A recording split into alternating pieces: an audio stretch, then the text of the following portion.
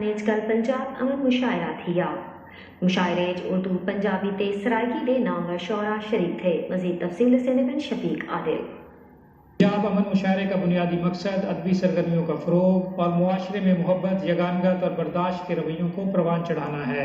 مشاعرے میں پنجاب بھر سے آئے ہوئے نامور شعراء نے اپنا کلام پیش کیا اور حاضرین سے خوب داد وصول کی۔ خاموشی بھی کلام کرتی ہے، میری تنہائی نے بتایا تھا اور تم نے دستک پر در نہیں کھولا،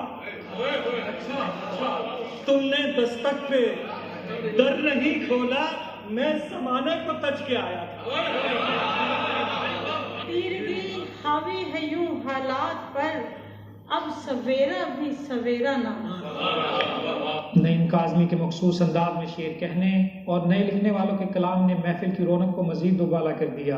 اسے بھول چکا ہوں کب کا چل پڑا ذکر تیرا بے وجہ، جنون ایسا چڑھا تھا کہ پھول کی خاطر خزاں کی گود سے ہم سارا باغ لے آئے۔